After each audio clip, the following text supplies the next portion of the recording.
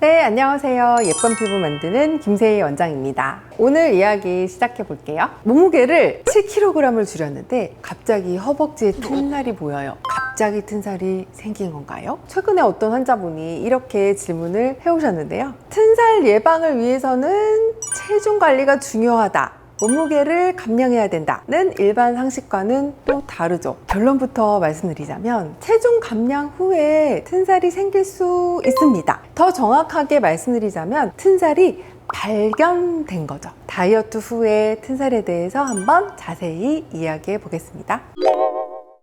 체중을 감량한 후에 보이는 튼살은 예전에 체중이 증가했을 때 발생했던 튼살이 살을 뺀 뒤에 더 두드러져 보이기 때문인데요. 풍선에 바람이 빠진 상황을 생각해 보면 이해가 쉬우실 거예요. 바람이 가득 찬 상태일 때는 풍선의 두께가 얇아지면서 늘어나 있다가 바람이 빠지면 쭈글쭈글해지는 것과 같습니다. 체중 증가 시기에 많이 패이지 않아 보였던 튼살이 체중이 감소되면서 폭은 줄어들지만 깊이가 깊어지기 때문에 튼살이 더 두드러져 보이는 건데요. 실제로 체중을 급격히 감량하는 경우에는 지방뿐만 아니라 진피라고 하는 층의 수분과 콜라겐, 탄력섬유가 함께 감소하게 됩니다. 그것 때문에 피부가 전반적으로 더 흐물흐물하고 탄력이 없어지게도 되죠. 이때 튼살 라인은 단순히 패임을 넘어서 가로 방향 주름으로 변할 수도 있고 또 모공이 소실되면서 튼살 부위 피부결이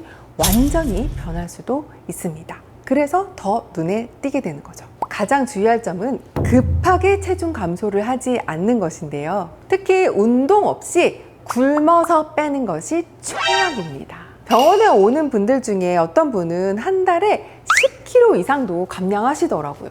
안 먹어서. 근데 이런 분들 특징이 반복적으로 이런 과정을 거친다는 겁니다. 한동안 막 드셔서 찌운 살을 다시 한동안 막 굶어서 빼는 반복적인 경험이 성공적이었기 때문에 또 이런 과정을 반복하시는 거죠. 이러한 경우에 튼살이 사실 가장 심하고 또 치료가 어려운 경우가 굉장히 많습니다. 풍선에 바람을 끝까지 넣었다 뺐다는 반복하면 어떻게 되겠어요? 풍선 표면이 터져서 찢어지거나 쪼글쪼글 흐물해지겠죠. 안 먹는 다이어트는 몸에 수분이나 또 영양이 부족하기 때문에 피부 탄력을 담당하는 콜라겐, 탄력섬유 양도 급속히 저하시킵니다.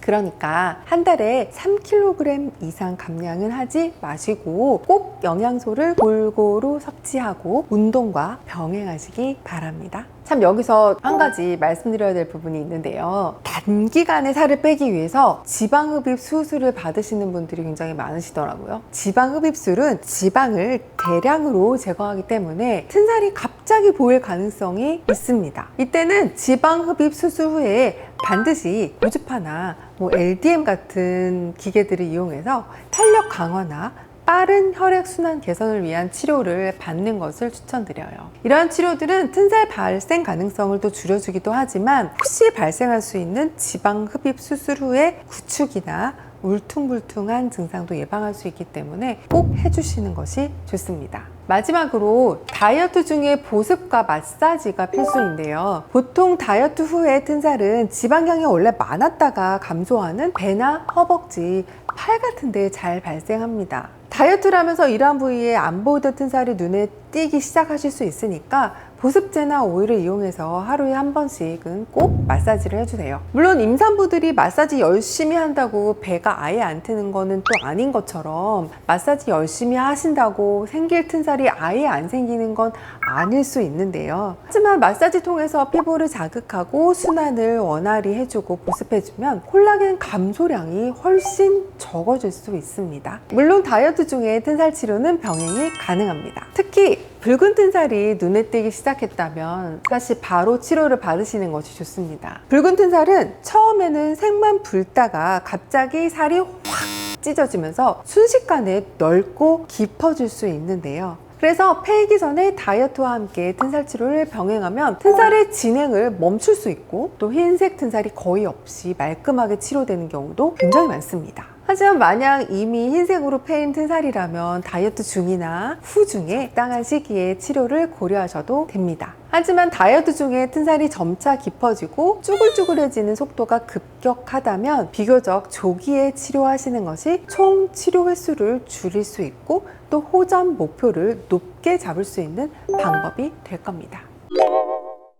네, 오늘 영상으로 궁금증이 조금 해소가 되셨나요? 튼살은 체중과 아주 관련이 높은 피부 질환입니다. 그래서 튼살을 예방하는 가장 좋은 방법은 과도하게 체중이 증가하지 않도록 관리하는 거겠죠. 또 피부가 항상 탄력을 유지하도록 신경 쓰는 것도 중요합니다. 오늘 영상이 도움이 되셨기를 바라면서 지금까지 예쁜 피부 만드는 김세희 원장이었습니다.